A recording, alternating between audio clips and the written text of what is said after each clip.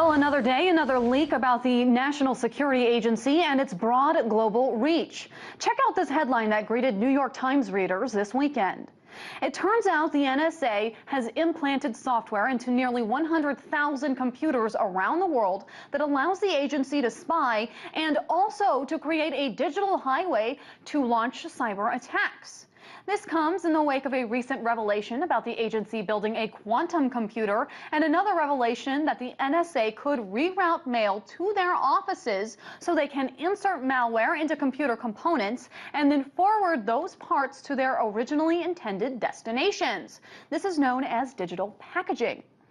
While this complicated NSA spy web keeps unraveling, Congress is working on ways to rein in the agency's broad powers. Congressman Rush Holt of New Jersey has even made it one of his platforms. I'm Rush Holt. As a teacher, I wish students would stop checking their emails in class. As your senator, I'll make the NSA stop checking your emails behind your back. Let's end warrantless wiretapping. We can do this. Several months ago, Congressman Holt announced a bill called the Surveillance State Repeal Act, which offers massive reforms. Congressman Holt joins me now to talk all things NSA. And by the way, he's also a rocket scientist, so hopefully he can help us understand these more complex revelations like quantum computing, for instance. Congressman Holt, thank you so much for joining me. Good to be with you. To me, as a journalist, it feels like we are reporting on a new NSA leak each day.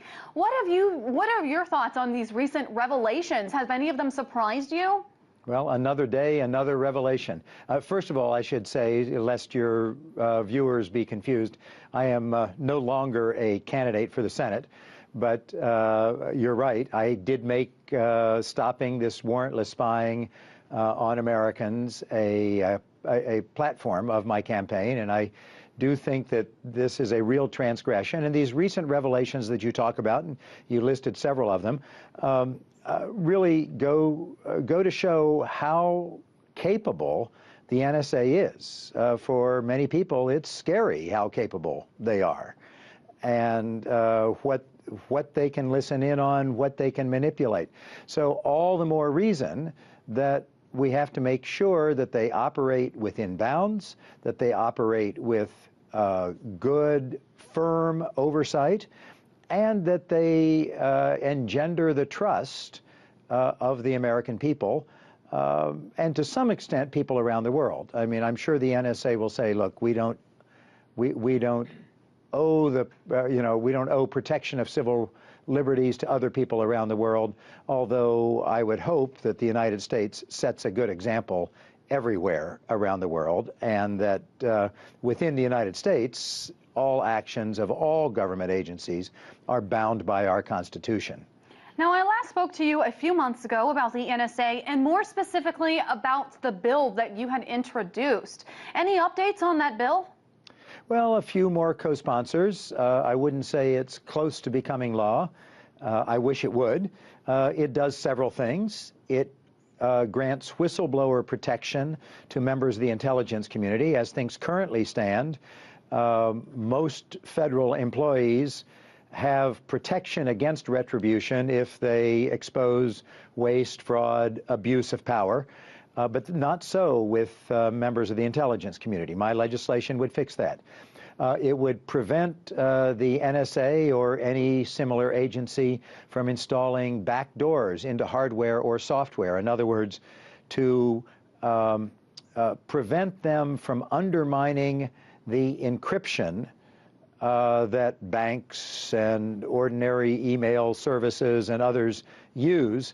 It would prevent the NSA from undermining that encryption in ways that they know about, but other people might not know about. It turns out that other people do know about them, and so NSA has really hurt a number of U.S. companies by undermining the quality of their products. The bill would also repeal the FISA Amendments Act, and would remove the justification that the NSA has invoked for seizing the metadata of virtually everyone, saying that, well, we'll treat it with care and we won't abuse people's civil liberties unless we suspect them. Well, that's kind of a backward way of enforcing the law or detecting evildoers. And in fact, the last time we spoke, you said that you believe that U.S. citizens right now are being treated as suspects first and citizens second. Now, I understand that right. You believe the White House's panel recommendations on NSA form, as well as a bill that competes with yours that's known as the USA Freedom Act, don't go far enough in reining in the NSA. I first want to focus on the downfalls that you believe come with the USA Freedom Act, if you could walk us through a couple of those.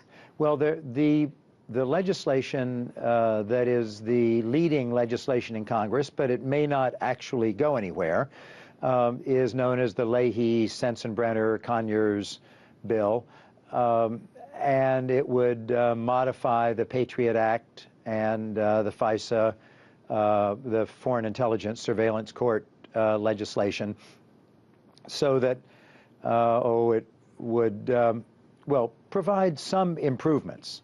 But it wouldn't provide whistleblower protection. It wouldn't really stop this backdoor, the backdoor compromising that NSA has undertaken.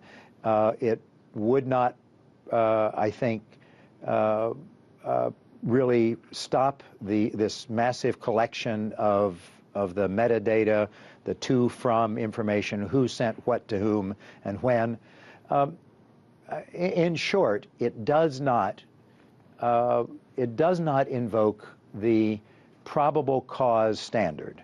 You know, our Fourth Amendment to the Constitution says there shall be no search and seizure of personal property or information without the enforcement or surveillance agency going before an independent judge, proving that they know what they're doing, proving that they're not on a wild goose chase or operating on an empty hunch, and with very specific accounting of who they are looking for and what they are looking for. Now, meanwhile, we also have this White House-appointed panel. They put out a long list of 46 recommendations designed to increase transparency. The very day that that review was released, I sat down with one of its authors, Cass Sunstein.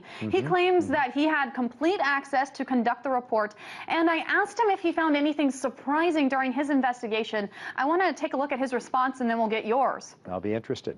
We didn't discover any shocking practices. So our goal was to think about principles that are going to be helpful for the future. And one thing we do is honor and respect the hard work of the intelligence community, which is helping to keep our nation safe and helping to keep our allies safe. And it's important to keep in mind that some of the work is helping to prevent human rights abuses and atrocities abroad. So we want to create sturdy foundations that are respectful of privacy and liberty and not accuse anybody of anything. So he didn't find anything surprising. What do you think about that? I'm surprised that he didn't find anything surprising. I do believe that the committee had very good access. In some cases, they went back to basics. They approached this more or less like the law professors that they are. You know, I think all of us in approaching these things, in going back to basics, have to remember that there are bad actors, there are terrorists, there are people who would do harm to Americans, and the government and the intelligence agencies have a responsibility to detect and deter such people. So that's the starting point. But it's not a trade-off, I don't believe, between safety and civil liberties. In fact, if you adopt a probable cause standard so that those who surveil or enforce have to prove to a court that they know what they're doing, you will get better surveillance, fewer wild goose chases or people operating on their hunches, or you'll have fewer cases where a bureaucrat, you know, a GS-13 in the government will decide who the bad guys are. We don't want those who are doing the surveillance to be the very same ones who decide who the bad guys are. That's a prescription for abuse and a real violation of human rights. That was U.S. Congressman Rush Holt from New Jersey.